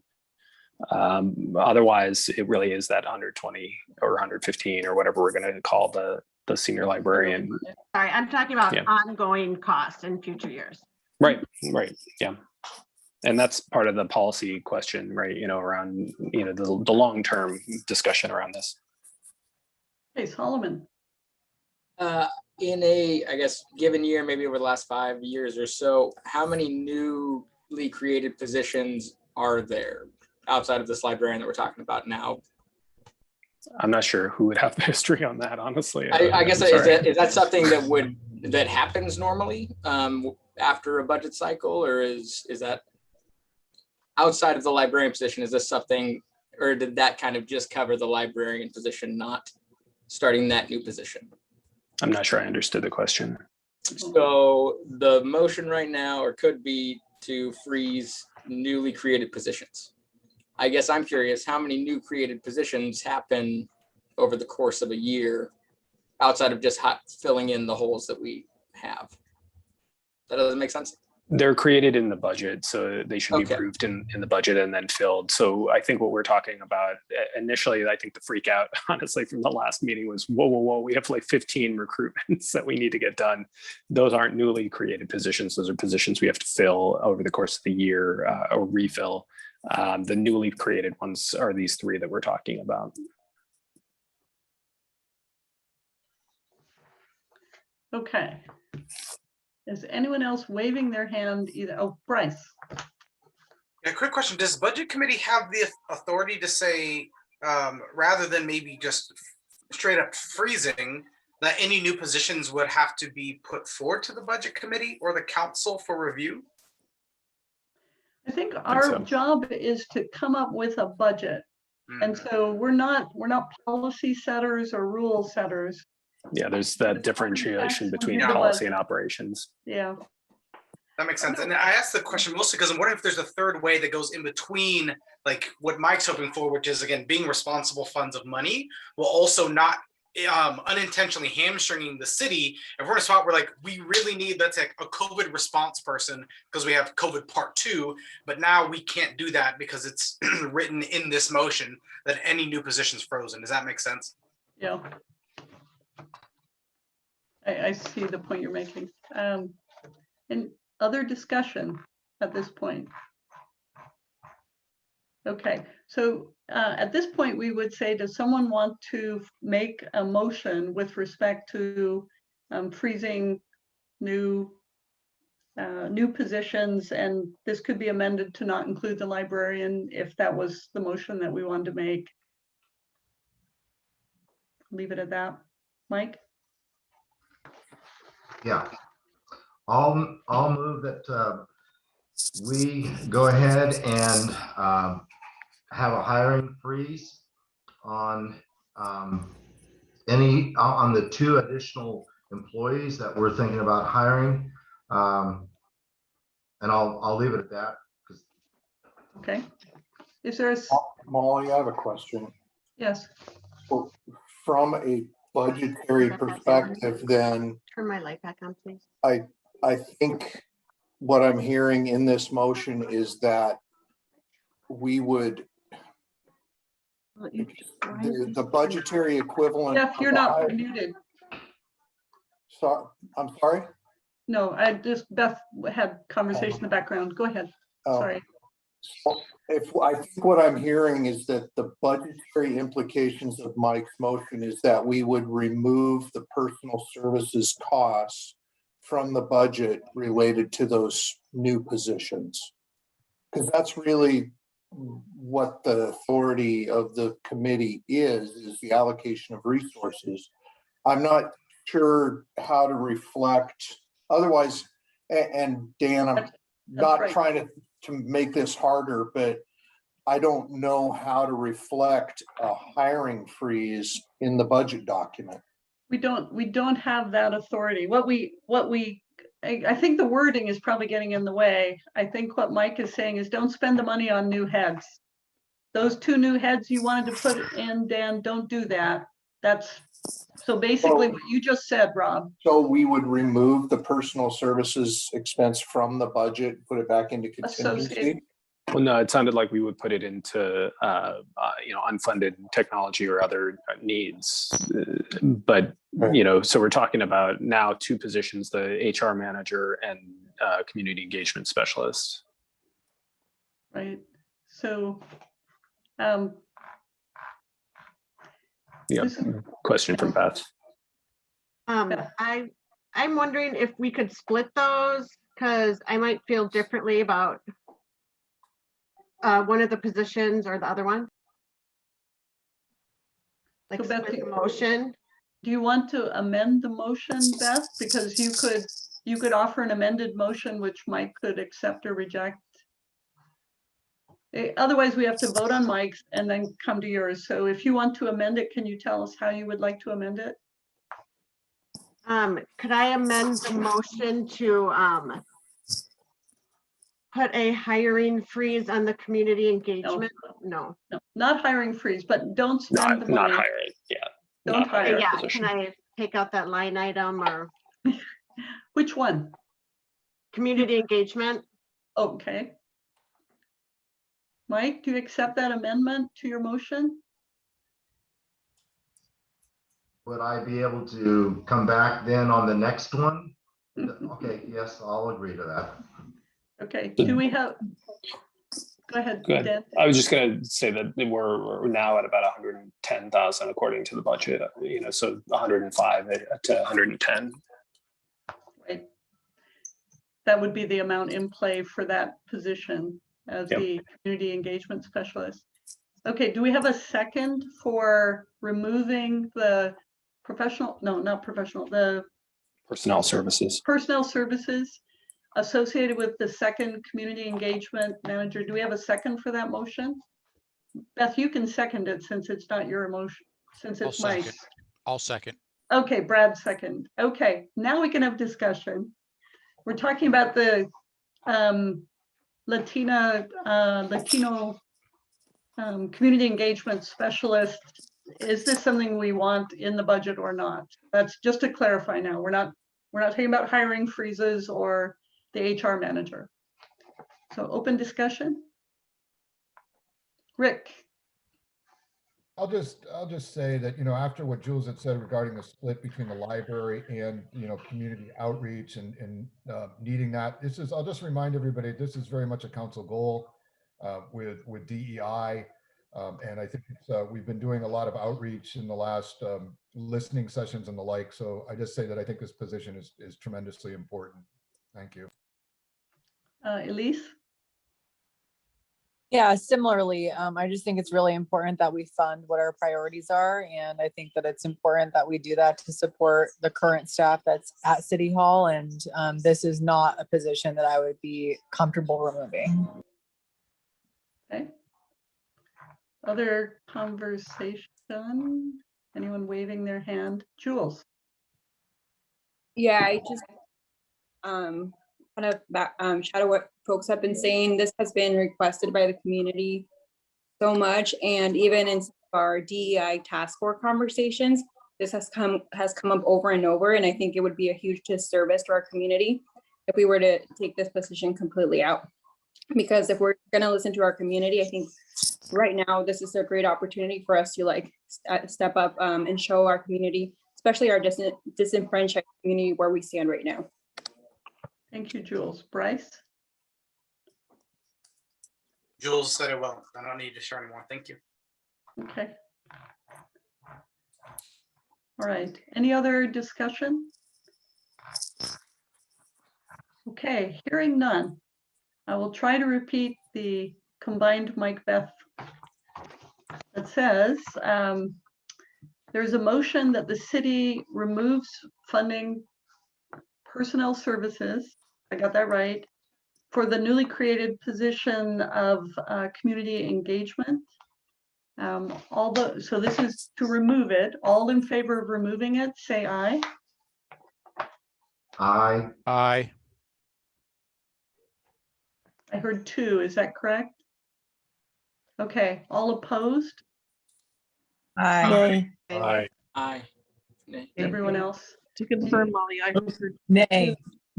2 no's and the rest, or 2 yeses and the rest no. Okay. Thanks. All right, so that motion does not pass. Mike, did you want to come back with the same motion on the HR manager? So I want a little bit of a clarification on that, if I could, before I make a motion. I might, well, not might, I guess I obviously did miss something. I thought we already had, we had an HR person that left, but isn't that one of the ones that we were gonna fill, like the finance director and that kind of thing? So I can't speak isn't to it that. already kind of in the budget because we already had that person, they left, and so we're just going to fill that vacant spot? Isn't that what this is about? No, so something. what we did in the last year was hire an assistant city manager with the previous HR director position and blend those two. This would add HR manager as we do the reorg and actually change then the assistant city manager's role, you know, so it's not just, hey, you're going to do HR and we're going to elevate that role, which had been last year's goal. It's realizing that we're squishing together 3 departments into one, and that the leader of that needs to be freed up to actually manage the department rather than doing sort of the transactional work of HR in the process of trying to manage that department. So it's sort of how things have progressed and changed in the last year in terms of the staffing in front of us and trying to play the game of moving chairs and things like that. Okay, so now I'm wrestling with it at this point because I kind of think we need an HR person there. At this point, I guess I'm not ready to make a motion. That's what I should say. Thank you, Mike. Any other hands are up. Rick, sorry. And Dan, wasn't this also a part of some of the funding with this would be from reorganizing finance too? Is that my recollection? There'll be some salary savings in changing the 2 position classifications in finance from a director and assistant director to a manager and an analyst. And so, yeah, I think you could argue that there's a combination happening there, across the board in terms of our personnel costs that there probably is some of it being saved in finance that could be applied to HR. But, and thinking about it, I mean, what's proposed includes all of that, right? So it's not like there's an extra savings coming our way in all of this. It's been factored. Brad? You're still, there you are. There you go. We can't hear you. You're not muted, but How about now? Perfect. There you go. Okay. Yep. Sorry, my mic was moved. So even though there's some cost savings, this is adding another position. So now we're adding 3 positions: library, community outreach, and HR. Yeah, we had 2 and y'all added the library, so it was the 3rd. Yep. Okay, so that's 3 people. Yep. Just my thought. Okay. Elise? I just want to call out the importance of the HR manager, and God bless Kezia, but I can only imagine the type of work that she's having to do right now on top of, I think the work that we know that she's capable of doing. And so I think that it is an investment that has to be made. And I'm not in favor of removing it from the budget. Thank you, Elise. And young Elise Jr. Solomon? Yeah, I was just curious, in the actual budget document, are the HR position and the community outreach position factored into those proposed full-time equivalency? Yep. Yeah, those 2 were proposed in the budget when we built it. So yeah, we had 2 one added from what the proposed was on that page with the library. Correct. Yes. Library is the only one. Yeah. Everything else is already in the budget with a reduction. I just want to give the city credit with a reduction in the deficit. So keep that in mind, that there was work done on moving that structural deficit down, even with the additional, as Brad pointed out, 3 new bodies, but there's a lot of other things, a lot of other moving parts. Is there any motion with respect to this area? Because if not, we've got like 3 more things to do and 10 minutes. Okay, hearing none. There was a discussion, and this is page 6 of your packet, to increase the business license fee as an amendment. The total income from that license fee would be $24,000. That would be a 50% addition or 50% augmenting both the general business license, which is at $50 right now, going to $75, and home business, which is at $25, going to $37.50. So if and those funds would stay in the economic development, so we're not moving them somewhere else. Right. And this fundamentally is to pay for the person that is, or pay for a portion of the person who is doing the economic development, the COVID work and so on with local businesses. So that's what this is for. Does anyone care to make a motion to recommend this increase? Got a couple of hands. Okay. I keep looking at faces, then I miss the hands on the thing. Yeah, There's no winning this. Rick. I move that we remove the increase in the business license from the budget. Now, you're going to wonder why, because I've been talking about structural deficit, but I think the timing is particularly bad to increase something on our businesses. And I think ARPA is, if we had ARPA money and we know we could direct it to provide grants, I'd be all for it. But the timing to me is tough. Okay. Second. I have motion by Rogers, second by McBride. Good. I couldn't figure out who had done that. Okay, discussion. The motion is to remove $24,000 of revenue due to the business license. And I'm scanning, looking at hands. Solomon. That is a yearly cost, that 50 or 75, whatever we're looking at. Annual renewal of the license, yes.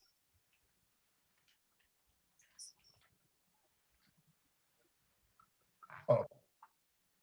Rick. Can I add something? Actually, I think it was Solomon who said at our last meeting to look at some kind of a tiered structure for this. And I thought that was a great idea, but again, that we could do that potentially later. But anyway, I want to recognize that, Solomon. Okay. All right, I'm not seeing any further discussion, so I think the motion is not what is written on page 6.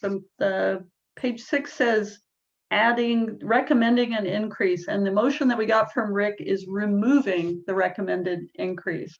So just everybody be aware of what you're voting for. So it's clear that increase is already in the budget. And I moved to amend the proposed budget to recommend removing the increase, not adding it. It's already in there. So this would be removing it. Everybody clear on that? Okay. You have to come off mute. All in favor of removing this revenue source from the budget, say aye. Aye. Aye. Those opposed? Nay. Nay. Hey, Okay, we're gonna have to do a roll Holly, call we're vote. gonna, yeah, we're gonna need to do roll call. Alan? Yep. Solomon Allen? Yes. Yes, okay, again, be very clear. You're saying yes to removing it. Okay, Greg Minahan? Yes. Timothy Carpenter? No. Beth Koshman? Yes. Molly Olson? no, Brad Sitton? Brad, you're muted still. sorry, Brad Sitton? sorry, no. Rick Rogers? Yes. Denise Bacon? Yes. Bryce Coefield? Yes. Stephanie Finley? No. Jules Martinez Plancarte? Yes. Elise Yarnell Holloman? No. Mike McBride? Yes. Okay, so you have 1, 2, 3, 4. Yes, 5, we're tied. 7, 8. 8 yes, and 1, 2, 3, 4 no, and 1 absent. Okay, so it passes, that is removed. You need to find 24,000 in your budget, Dan. Okay, moving on to the next one. Page 7 of your packet. This is fixing the public safety fee that was passed without an escalation that was meant to pay for 3 officers, currently pays for 2, and if we don't recommend council does something over time, the impact of that public safety fee fails to do what it was actually established to do. So the motion you can read on page 7. Recommend to City Council that Council hold a public hearing to increase public safety fee to an amount sufficient to fund 3 police officers in the public safety fund, provide for an annual escalator of the fee or index equal to negotiated percentage increase in salaries and wages of police officers per the collective bargaining agreement. So The except best for again, last, the longest motion possible. everybody, so what we're doing here is recommending that city council actually hold the hearing and fix this. And that's You can- actually in the code. That is the process that is in the city council or was adopted when this fee was adopted, and or I think there was some subsequent amendment. Anyway, that's in the code. Right. So a yes vote says, hey, council, you need to fix this. A no vote says, no, we're not recommending you do that. That doesn't prevent council from doing it. This is a budget discussion saying, do you fix this revenue resource or not? Okay, clear? Dan? And correct me, Rob, I believe we said this is about $65,000-ish right now, but obviously this is a long-term problem that, you know, we're going to see an outpacing where we're going to go from 2 to less than that over a period of time. Right, and in effect, the budget as proposed already anticipates this increase. So all you're really doing is recommending to council that this proposed budget go forward and that they take whatever action is necessary to establish that increase in the fee to support the budget as going forward. So just to clarify, the current budget is 2 officers? No, it's currently the budget as proposed and that's in front of you tonight currently covers 3 officers. But that anticipates an increase in this public safety fee in order to make that happen. Okay. So is there a motion? Because we're getting into discussion without a motion. I'm assuming someone wants to make a motion. Rick? So moved. Page 7. Is there a second? Are we I'll moving it? second. Are we moving it as written? Just, Yeah. okay, thanks. Yeah, second, Denise. Okay, thank you, Denise. Now we can have discussion. Okay. Rick, your hand's still up. Oh, yeah, and I just wanted to, again, just to clarify, Rob, so 65,000 in an anticipated increase is in this current budget, though we have not had the hearing. Is that right? Okay, all right, thank you. Thank you for the clarification. And Bryce, So if we end up holding the hearing and the public collectively says, no, we don't want an increase of fees, then what happens?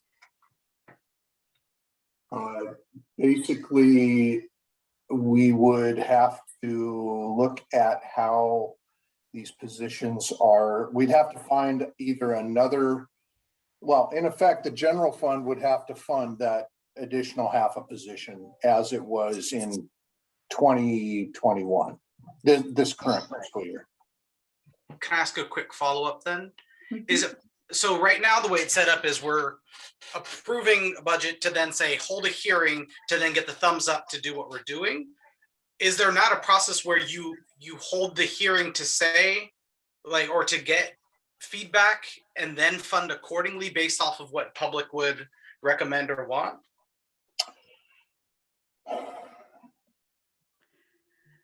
so can I clarify something before you try to answer that, Rob?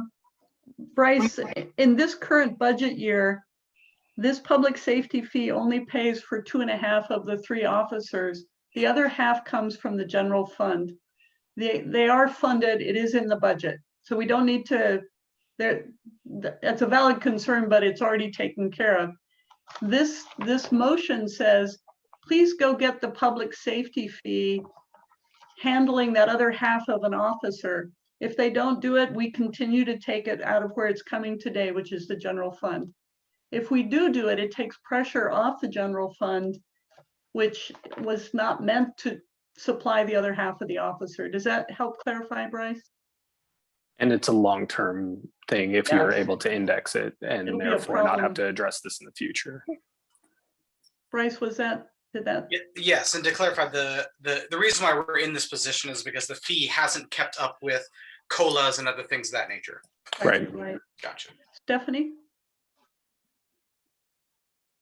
Yeah, I was just gonna say that from a council perspective, this feels like a policy decision. And so I wish we would have had a policy decision about this before, but I think at this point we need to vote on this, and then the council needs to have a frank discussion about how our budget and how our policies follow the needs and the will of the community at large and the council at this time. So I just, I kind of want to clarify, because I got caught up in this as well. But I think really, honestly, at this point, this is a discussion that needs to happen at a council level about policy, anticipating next budget cycle. So the motion asked them to actually get on it and do it for this budget cycle. But it's a recommendation to council to go fix this, if you will. So it's that's the motion under play. Any other discussion? Oh, there's a hand. Bryce. Real quick, and I know we're over time. Rob, what is the budget anticipating the increase will be? You're muted. I think he's researching. Yeah. So I the way wanna it's done say- right now, it's $1 per officer per equivalent dwelling unit. And so I think we need to do some calculations on that, honestly. I mean, I think it's going to essentially be a portion of that, how many, we have to figure out how many equivalent dwelling units there are and do the math on that. I'm not sure we have that number right now tonight. Yeah, thank you. Yeah, that's what I was trying to not so articulately say. And you know that the communications officer fee that went in did go in with an escalation number. So we don't have that problem on those. Rick? Yeah, the only other thing that I'd say is that, I know this is statutorily, we can do it this way, but I also think we probably want some input from Citizens Rate Review, as they're the ones that are responsible for the municipal services billing. So, but anyway, I'm happy to have more discussion. Okay. I figured we might run a little late tonight, but it is the last one. So any other discussion on this? All right, so I think we're ready for a vote. And just to remind you, it's quite long-winded, but the gist is that as written on page 7 is what we're voting on. But it's the recommendation that council address the lack of this public safety fee keeping in pace with what it actually costs to do what it was in to do. So with that, if you vote in favor, you're voting in favor of recommending that council goes and fixes the revenue problem around the 3 police officers.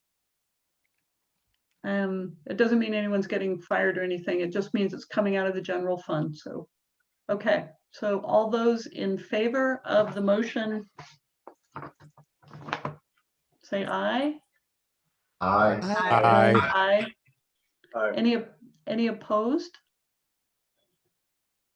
No. Okay. So council, go hold your hearing. Yes. Okay. There's one last one, which is with respect to a conversation that went on about the mental health crisis response support. And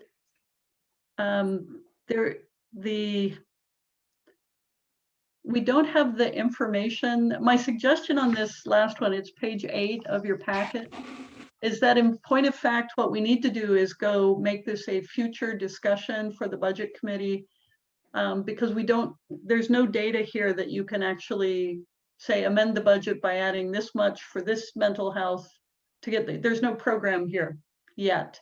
I think Elise mentioned that she could work with Jeff, or others could work to put something together. So I don't know if anyone wants to make a motion at this point, but you'll have to fill in the unknown dollars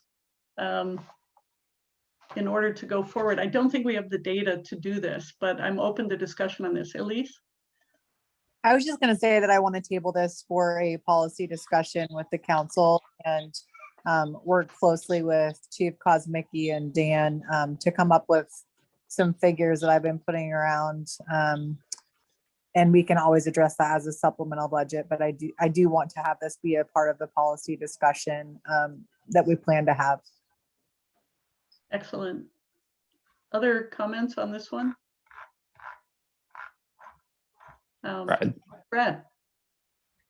Yeah, I'd be very curious to know how many what we call behavioral health calls the police department responds to in Newberg. As an example, the 3 cities north of you, Sherwood, Tualatin, and Tigard, are all beginning a behavioral health program, and Washington County Mental Health has their own that deals with the whole county, and they have, I believe, 4 to 5 practitioners that cover the whole county. We don't think that's enough.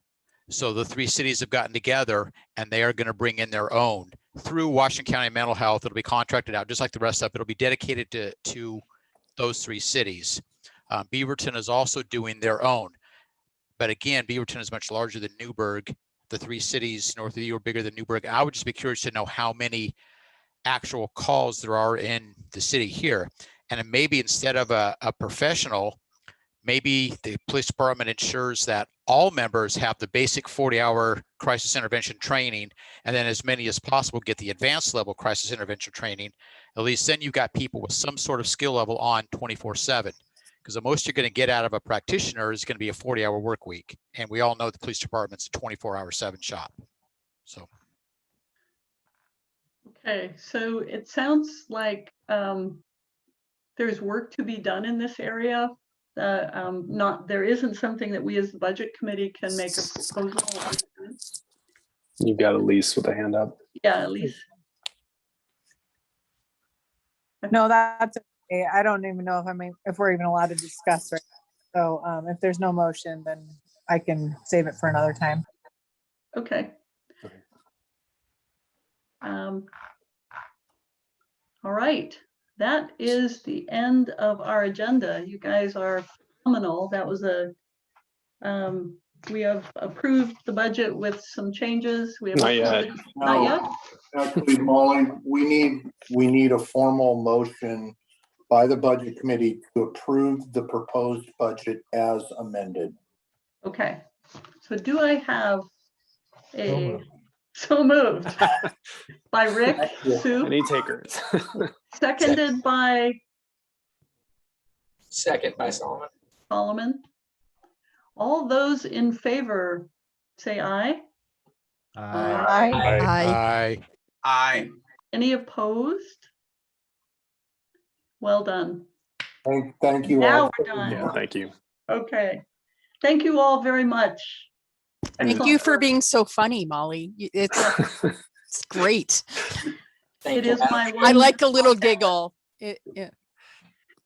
So on page 3, we've got from your packet today, we have some parking lot items for the future. So we'll add the mental health crisis team discussion to that, as well as I think some policy discussions with council I heard offline as well. So we'll follow up on those things.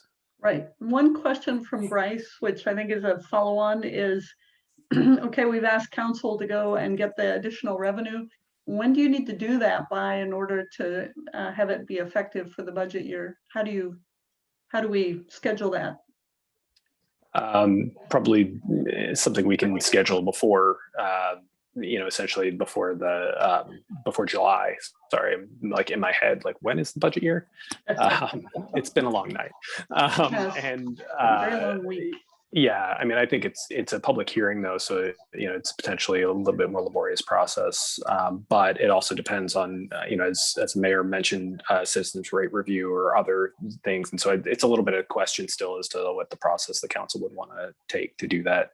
I don't think we need to have it on day one, although it would be nice. But again, as you mentioned, it's funded right now. It's just a question of trying to fix the structural issue within that fee. Right. If it doesn't happen, you need to cut the general funding spending or the funding. You got to balance it, right? Yep. Right. Okay. Rick.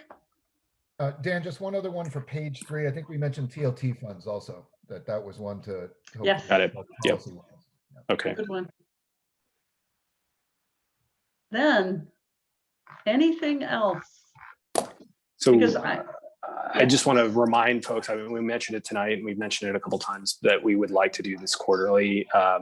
We'll, I think, come back and maybe, in between now and whatever meeting, we'll obviously let you know when that meeting is, but also I think what we'd like to do is structure some of this as, trying to identify some of these items, what is priority, and, essentially we'd like to be able to do presentations and also honestly, like what we've talked about, which I hope resonates with all of you, is the possibility of even doing tours and some of those kinds of things where we are able to show you some of the things you're funding and sort of change the conversation we have long-term. I'll be honest, I'm not a huge fan of our budget process, not you all, I love you all, but just the line item, process of it. And I would much rather us talk about the things in, concept as to the programmatic element of it and what services, what do we get, all the stuff. And so it's something that's really top of mind for me, but without over-promising on that, I do want to make sure that we're trying to make sure that this is a good process for you. It's not just, we want to see you more often, that you all have some input into that. So I think we'll try and share some information before this next meeting. But I want to just call out the fact that, we appreciate your being willing to come back in a few months. And, I think it'll be helpful for us. Hopefully will be helpful for you all as well. And just in anticipation of that, appreciate your service. There's also the ARP funds. It's going to be a really interesting year going forward. So I have wanted to do this ever since our first meeting, and now I am finally allowed to adjourn the budget meeting. Thank you all. Take care. Molly.